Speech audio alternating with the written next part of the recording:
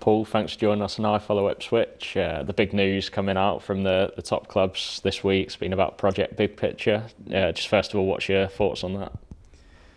I think there's that many controversial things going on with it. You can see it already. People agree with it, people don't agree with it. That's why I think it is controversial with it, because I don't think it's been really thought through, or there's been a load of dialogue anyway. I think they should involve everybody. It's one game, it's one governing body, and we have to wait and see the outcome. Yeah, is that the worry that the big clubs become more powerful, get more control, and the lower clubs, it's harder to bridge that gap? It's getting harder every year, but with so many aspects, if you really went through it, of whether you need more weeks to try and win the Champions League, I don't know whether that's the case. Or they want less games, and all of a sudden the lower leagues get more games. All those sort of things kind of go against. I just don't think it's been thought out pretty well, and hopefully get a solution where everybody's happy with it. But at the minute, I don't see how everybody can be happy with that. Yeah, you're someone that's seen both sides of it, having worked in the Premier League and the Football League. I mean, one thing is clear, that something does need to change in football. No, it does, and we reward, I think, failure at certain times. If you finish 4th and 5th in your league, and it gets you into Champions League spot, people think that's successful. My view, you're better winning the league, and then you're there in merit, top 2, 3, maybe, getting into it.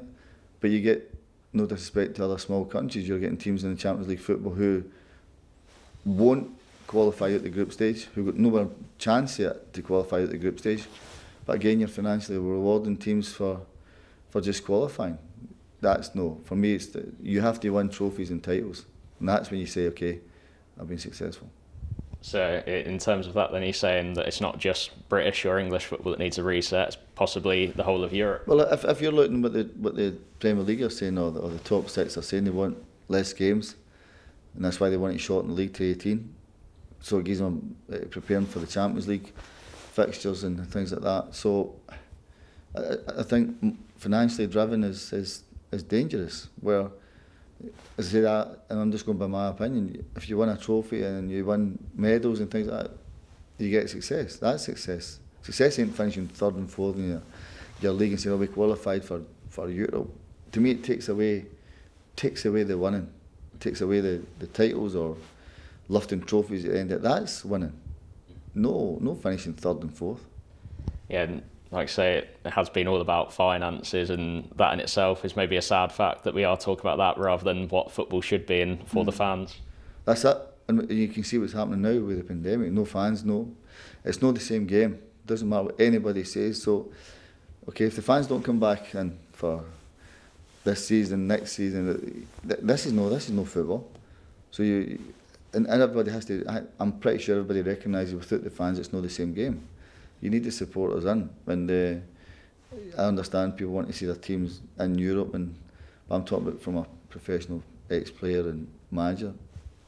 My vision of winning or being successful is to win titles and to win trophies. I don't want to finish 4th and 5th and then that people indicate that success. It's no success.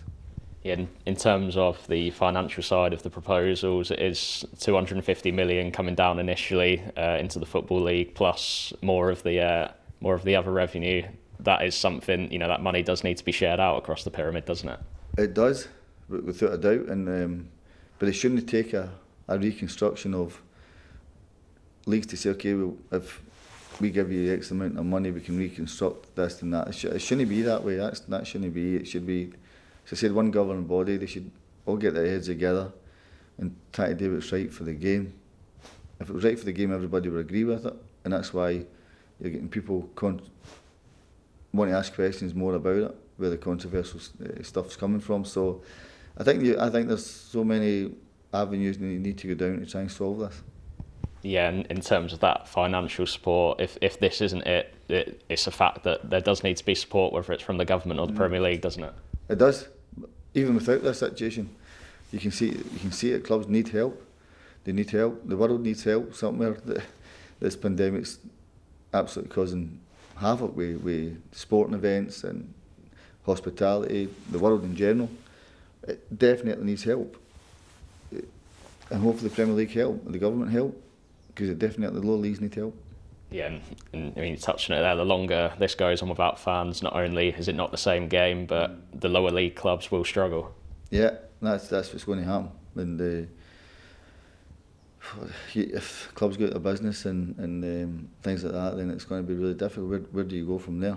But I think they need to try and figure out a way to make it fair and make it right, that money does come into the lower leagues to help it. Yeah, and it does need to be worked out, and it's also something that does need to be worked out very quickly, isn't it, before we do start seeing more clubs going out of business. Yeah, and I think it's been the best part of about 7 months now that this is going on, and it doesn't look as if it's going to end any time soon with fans coming in. So I don't know the right answers to it, but I just know that from a football person we need the supporters back.